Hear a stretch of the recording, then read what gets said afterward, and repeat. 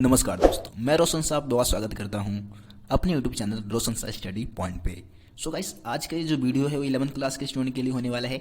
और आज की इस वीडियो में हम 11th क्लास हिस्ट्री का जो दूसरा चैप्टर है जिसका नाम है लेखन कला और शहरी जीवन, उसको समझने वाले हैं। गाइस, फर्स्ट चैप्टर में बताया गया है कि आदि मानव का विकास कैसे कैसे हुआ, कितनी प्रजातियों का उनका उद्भव हुआ और कैसे कैसे उनके रूप बने, मतलब रूपों में बदलाव हुआ। और इस तरीके से आज हम होमो सैपियंस की प्रजाति जो है इस पृथ्वी पे निवास कर रहे हैं। लेकिन गाइस, दूसरे चैप्टर में हम सभ्यता की बात करेंगे। पहले चैप्टर में हम क्या था कि आदि मानव की बात कर रहे थे। उस समय जो इंसान थे ना, वो सभ्य नहीं हुए थे, अच्छे घरों में नहीं रहते थे, शहरों में नहीं रहते थे, अच्छे कपड़े नहीं पहनते थे, अच्छी भाषा नहीं बोलते थे, लिखने का काम उनको नहीं आता था। बट दूसरे चैप्टर में यह समझाया गया है कि अब मानव ने क्या किया, लेखन कला की शुरुआत कर ली, जो कि इतिहास में एक बहुत ज्यादा उल्लेखनीय प्रगति थी। लिखने से क्या हुआ कि अब इतिहास के बारे में और बहुत सारे हिसाब किताबों के बारे में हम अब जानकारी रख सकते थे अपने पास। इस दूसरे चैप्टर में हम एक जगह की बात करने वाले हैं जिसका नाम है मेसोपोटामिया। इस चैप्टर में हम पूरा इतिहास मेसोपोटामिया का समझने वाले हैं।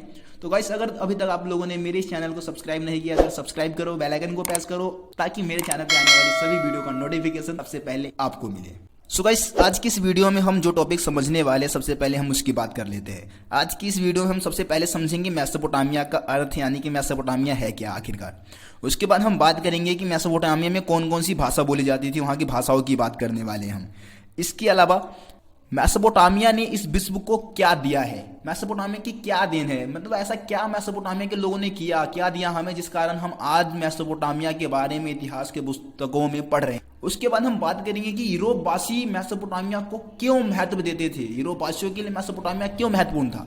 ये 4 टॉपिक आज की इस वीडियो में हम समझने वाले हैं। तो चलिए दोस्तों, सबसे पहले हम टॉपिक की बात करते हैं जो है मेसोपोटामिया का अर्थ, या मेसोपोटामिया है क्या। देखिए दोस्तों, मेसोपोटामिया एक जगह का नाम है। सबसे पहली बात, इस समय मेसोपोटामिया को हम इराक के नाम से जानते हैं। इराक एक देश है, मध्य एशिया का एक देश है, और ये बहुत ही आसान इलाका है। आप लोगों को पता होगा कि बहुत ज़्यादा ISIS के जो आतंकवादी है उन्होंने इसको अपना गढ़ बना रखा है। बट यही एक ऐसा जगह था जब सबसे पहले इन्होंने लिखना शुरू किया था। सबसे पहले यहाँ पे शहरों का विकास हुआ था। बट आज भले ही वहाँ के शहर टूट रहे हैं, बिखर रहे हैं, अमेरिका हमला कर रहे हैं, रसिया हमला कर रहे हैं, बट एक ऐसा समय था जब सबसे पहले शहरों का निर्माण वहीं पे हुआ था। अब देखिए दोस्तों, मेसोपोटामिया जो है वो यूनानी भाषा का शब्द, और मेसोपोटामिया दो शब्दों से मिलकर बना है। सबसे पहला है मेसोस, दूसरा है पोटेम। मेसोस का अर्थ यहाँ पे है मध्य, और पोटेमोस का अर्थ है नदी, यानी कि इसका मतलब हुआ मध्य नदी, मतलब एक ऐसा इलाका जो नदी के बीच में फला फूला हो, नदी के बीचों बीच विकसित हुआ।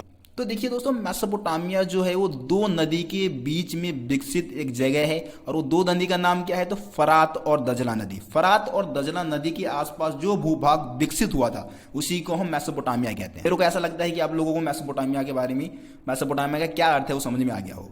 तो दोस्तों, अब हम बात करते हैं कि मेसोपोटामिया के लोग कौन कौन सी भाषा बोलते थे, मतलब बोलने के लिए वो कौन कौन सी भाषा का इस्तेमाल करते थे। दोस्तों, सबसे पहले मैं आप लोगों को बता देना चाहूंगा कि मेसोपोटामिया की जो सबसे ज्ञात भाषा है वो सुमेरी है, मतलब सबसे प्राचीन भाषा सुमेरी है। सबसे पहले जो बोली जाने वाली भाषा थी वहाँ की वो सुमेरी थी।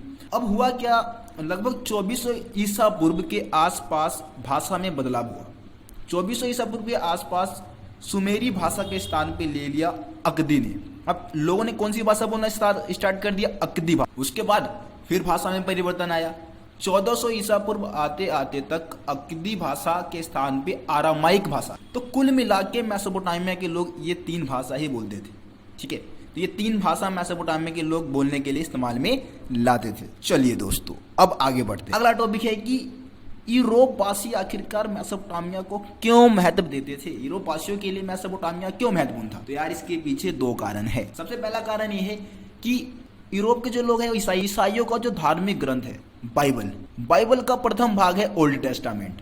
अब ओल्ड टेस्टामेंट में मेसोपोटामिया का उल्लेख किया गया। भाई, यूरोपवासियों को पता लगा कि भाई बाइबल के प्रथम भाग में मेसोपोटामिया का उल्लेख किया गया है, मतलब हो सकता है कि ये बहुत ज्यादा पवित्र जगह हो। तो ओल्ड टेस्टामेंट में उल्लेख करने के कारण मेसोपोटामिया को यूरोपवासी बहुत ज्यादा। सो गाइस, अब हम समझेंगे कि मेसोपोटामिया ने इस विश्व को क्या दिया है, मेसोपोटामिया के देन क्या है। तो सबसे पहले हम बात करते हैं लेखन कला की। देखिए दोस्तों, लेखन कला की जो शुरुआत हुई है वो मेसोपोटामिया से ही माना जाता है। मेसोपोटामिया के लोगों ने सबसे पहले लिखने का काम शुरू किया था और वहीं के लोग क्या करते थे, चिकनी मिट्टी के पट्टिकाओं पे लेखन कार्य किया करते थे।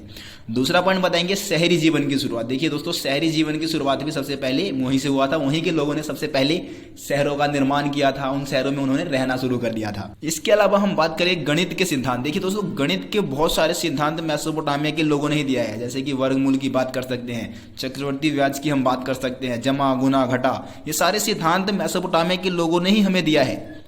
इसके अलावा हम बात कर सकते हैं खगोल विज्ञान। खगोल विज्ञान का भी अच्छा खासा नॉलेज था इन लोगों को। चंद्र ग्रहण, सूर्य ग्रहण के बारे में इनको ज्ञान था। आज से लगभग 5000 साल पहले की हम बात कर रहे हैं, जब भी इनको ये सब चीज़ों के बारे में ज्ञान था। तो इसके अलावा हम बता सकते हैं समय का विभाजन। देखिए दोस्तों, जो समय का विभाजन इन्होंने किया है, जैसे कि हम एक वर्ष को 365 दिनों में बांट रखे हैं, एक वर्ष को 12 महीने बांट रखे हैं, एक महीने में हम 30 या 31 दिन को लेके चलते हैं, या फिर हम एक दिन में 24 घंटे की बात करते हैं। तो ये सारा जो समय का जो विभाजन किया गया है वो भी मेसोपोटामिया के लोगों द्वारा ही किया गया है। ये भी मेसोपोटामिया के लोगों की ही देन है।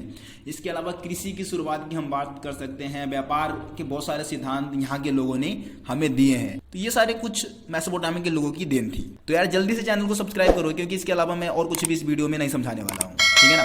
तो जल्दी से पहले चैनल को सब्सक्राइब कीजिए, वीडियो को लाइक कीजिए, कमेंट कीजिए और अगले वीडियो का इंतजार कीजिए।